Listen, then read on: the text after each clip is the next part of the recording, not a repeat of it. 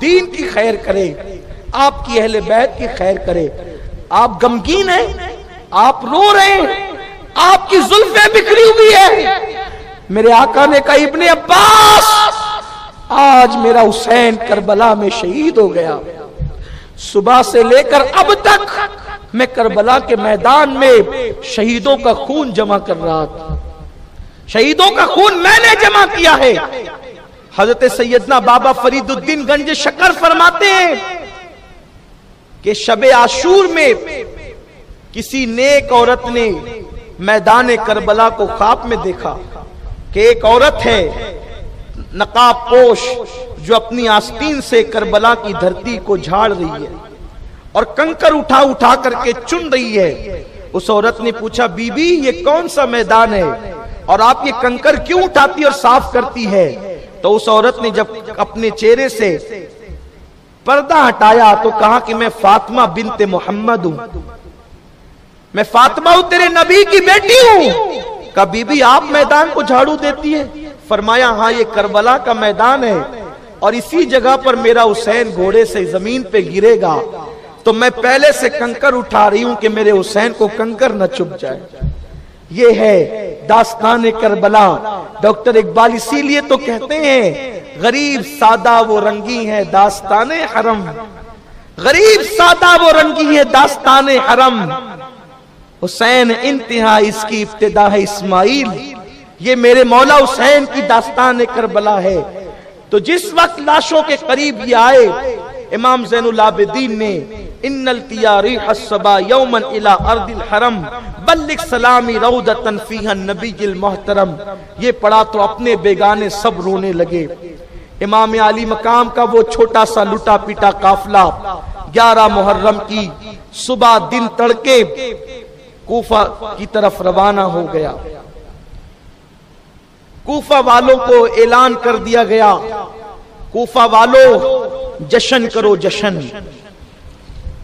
عورتیں چھتوں پر چڑھے بچوں کو لے کر، اس لیے کہ کچھ باغی لوگ تھے جن کے سر ہم کاٹ کے لا رہے ہیں اور ان کی لٹی پٹی عورتوں کو قیدی بنا کر لا رہے ہیں۔ کوفہ میں یہ بات نہیں بتائی گئی کہ کس کو لا رہے ہیں، جھوٹ بولا یزیدیوں نے کہ ہم باغی، اور وہ بھی کیسے باغی جو رستے میں بیٹھ کر کے قافلے لوٹتے تھے، ان لٹوروں کو ہم نے کاٹا ہے۔ کوفہ میں جشن کا ماحول تھا کہ حکومت کے باغی اور وہ بھی قافلے لوٹنے والے لٹوروں کو لایا جا رہا ہے۔ کوفہ میں جشن کا ماحول ہے۔ کربلا سے کوفہ آتے آتے شام ہو گئی ہے۔ خولی جس کے پاس امام علی مقام کا سر تھا، شام ہوئی تو اس کو پتا چلا کہ اب تو ابن زیاد کے پاس جانا ہی بے فائدہ ہے، کیونکہ شام ہوتی ہے تو وہ شراب میں ڈوب جاتا ہے، انعام نہیں دے گا، سر دیکھ کر مجھے گالیاں دے گا۔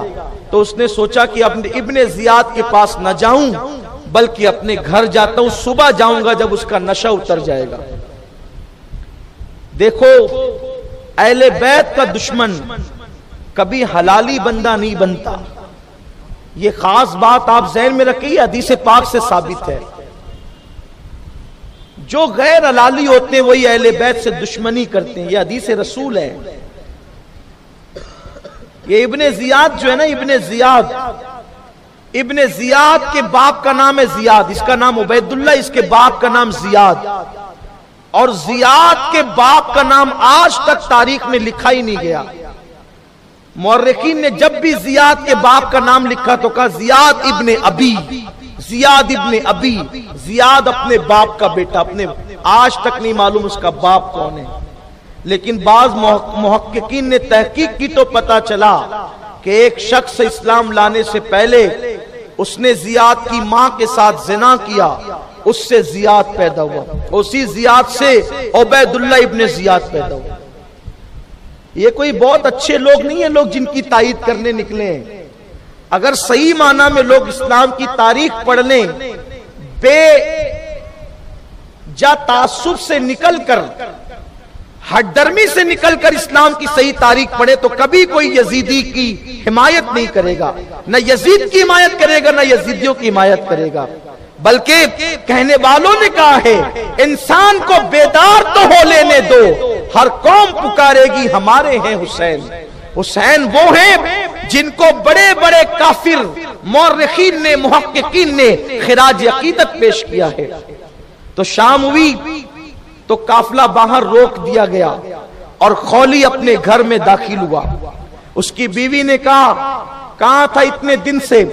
اس نے کہا کہ ہم جنگ پہ گئے تھے اور میں تیرے لیے تحفہ لایا ہوں۔ اس نے کہا کیا لایا ہے؟ تو اس نے جیسے ہی گٹری کھولی کپڑے کی، امام حسین کا سر تھا۔ چونکہ حضرت علی مرتضیٰ کے دور میں امام علی مقام کوفے میں برسوں رہ چکے تھے، تو اس نے پہچان لیا، کہا تو یہ حسین ابن علی ہے، ان کو کاٹا ہے تم لوگوں نے؟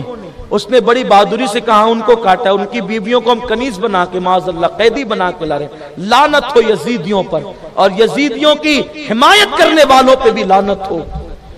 شہزادیوں کو انہوں نے قیدی کہا، ان بدبختوں نے اللہ اکبر۔ تو اس کی بیوی نے کہا ان کی بیویوں کو تم نے قیدی بنایا؟ کہا۔ اس نے کہا اگر رات کا وقت نہ ہوتا تو میں ابھی تیرے گھر سے نکل جاتی۔ جو شہزادے رسول کا سر کاٹے میں اس کی بیوی بن کر تو نہ رہوں گی۔ تھکا ہوا تھا، سو گیا۔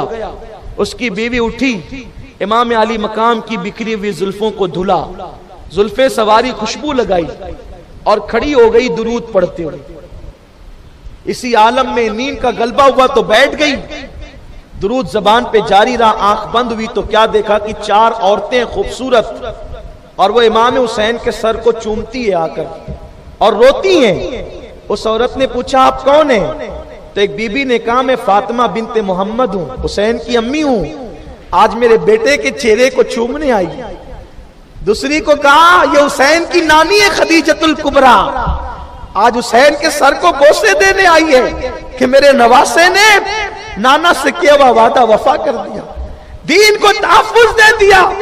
اور یہ جو ہے یہ آسیہ فرعون کی بیوی اور یہ چوتھی عیسیٰ کی ماں مریم ہے، ان بیویوں نے سر چوما، شفقتیں کی اور وہاں سے ہٹی تو پھر دیکھا ایک ایسا چہرہ جو حسین کے چہرے سے کچھ مشابہ تھا۔ تو پوچھا بزرگ آپ کون ہیں؟ انہوں نے کہا میں ابراہیم خلیل اللہ ہوں، جس حسین نے میرے خواب کی تکمیل کی ہے، آج اس حسین کی پیشانی کو چومنے آیا۔ اسی میں پوری رات گزر گئی، آنکھ کھلی تو اس کا شوہر دھاڑ رہا تھا پاگلوں کی طرح۔ کہا تو نے یہ کیا کیا؟ اس نے کہا تو سر ابن زیاد کے پاس لے جا اور میں تیرے گھر سے چلی، مجھے طلاق دے دے، مجھے تیرے یہاں نہیں رہنا، جو اہل بیت کا نہ ہوا وہ میرا کیا ہو سکتا ہے؟ اس نے کہا جیتے جی اپنے بچوں کو یتیم مت کر۔ تو اس عورت نے کہا حسین کے بچوں سے زیادہ تیرے بچے قیمتی نہیں ہے، جب تو نے حسین کے بچوں کو یتیم کر دیا تو اب نہ بچوں کی پرواہ نہ شوہر کی پرواہ۔ اور وہ عورت پردے میں گھر سے نکل گئی۔ لوگوں کو شرم آنی چاہیے، قاتلان حسین کی تائید ان کی عورتوں نے نہیں کیا، لوگ قاتلان حسین کی تائید کرتے ہیں۔ اور میں تو ہندوستان کے تمام مسلمانوں کو پیغام دینا چاہتا ہوں، یاد رکھنا حسین کا مخالف ہو کر کوئی زیادہ دن تک کے ٹک نہ سکا، ورنہ دیکھ لو تمہارے پڑوس میں ایک بدبخت یزید کا وکیل بن کر کے کھڑا ہوا تھا اور آج بھاگا بھاگا پھر رہا ہے۔ حسین بتا رہے ہیں جو مجھ سے ٹکرائے گا ٹکنے نہیں دوں گا، اٹھا کے پھینک دوں گا۔ اس لیے کبھی حسین سے لڑائی بول مت لینا، کیونکہ رسول اللہ نے فرمایا حسین مجھ سے ہے، میں حسین سے ہوں، جو حسین سے جنگ کرے گا میں اس سے جنگ کروں گا، جو حسین سے صلح کرے گا میں اس سے صلح کروں گا۔ جو نبی سے جنگ کرے وہ ٹک کیسے سکتا ہے؟ اور جو لوگ ابھی مینڈکوں کی طرح ٹر ٹر کرتے حسین کے خلاف، ان کو بھی بہت جلد حساب چکانا پڑے گا۔ یاد رکھو اگر محبت نہیں کر سکتے تو کم سے کم چپ تو رہو، اگر تاریخ کے صحیح گوشے نہیں پتا ہے خاموش تو رہو، ورنہ یزید کا انجام ہمیشہ رسوائی ہی ہے۔ اس لیے یزید کے کھانے میں نام مت لکھاؤ۔ المختصر یہ، کہ جب قافلہ کوفہ میں پہنچا تو چونکہ وہاں اعلان تو یہی تھا کہ باغیوں کے سر آ رہے ہیں اور ان کی عورتوں کو قیدی بنا کے لایا جا رہا ہے، تو کوفہ کے اندر مولا علی نے تقریریں کی تھی کہ قیدیوں کو صدقہ دینے سے مرادیں پوری ہوتی ہے اور اجر ملتا ہے۔ تو چھوٹے چھوٹے بچوں کے ہاتھ میں عورتوں نے صدقے کی کھجوریں، روٹی کے ٹکڑے تھما دیے اور چھت سے وہ پھینک رہے تھے۔ سیدہ زینب نے کہا خبردار، یہ کیا کر رہے ہو؟ تو عورتیں کہتی تھی یہ صدقہ ہے، کیونکہ علی مولا نے ہم سے کہا تھا کہ قیدیوں کو صدقہ دینے سے مرادیں پوری ہوتی ہے، دعائیں قبول ہوتی ہے، تو ہم تم قیدیوں صدقہ دے رہے ہیں۔ کہا ہم وہ قیدی نہیں ہے جو تم سمجھ رہے ہو، ہم آل محمد ہے، آل محمد، اور آل محمد پر صدقہ کھانا حرام ہے۔ تو تب عورتوں نے کہا تم کون ہو؟ کہا پہچانو میں زینب بنت علی کی بیٹی ہوں، یہ حسین کا سر ہے۔ تو لوگوں نے غور کیا، تب پتا چلا کہ یہ کیا ہو گیا۔ تب کوفہ والے چیخنے رونے پیٹنے لگے۔ تب سیدہ زینب نے کہا تھا کوفیوں، خط لکھ کر بلانے والا کون تھا؟ تمہارے بڑے بڑے سرداروں نے 150 خطوط لکھے تھے، عوام کے تو خطوط ہی الگ تھے۔ اس کے بعد تم نے میرے بھائی کے ساتھ بے وفائی کی، بڑی بڑی رشوتیں لے کر تم بے وفا بن گئے۔ اب تمہارا رونا چیخنا پیٹنا یہ سب تمہارے کام نہیں آئے گا۔ اور پھر فاطمہ کی بیٹی نے کہا اسی طرح روتے پیٹتے رہو گے تمہیں کبھی قرار نہیں ملے گا۔ اور دیکھ لو آج عراق کی سرزمین سنورتی ہے پھر گرتی ہے، بنتی ہے پھر بگڑتی ہے۔ انشاءاللہ کبھی موقع رہا ہم آپ سے گفتگو کریں گے، ہمارا وقت ختم ہو گیا ہے۔ آگے کی داستان اللہ زندگی دے تو پھر آپ سے عرض کریں گے۔ دوران گفتگو کوئی غلطی ہو گئی ہو اللہ پاک معاف فرما دے۔ وما علینا الا البلاغ۔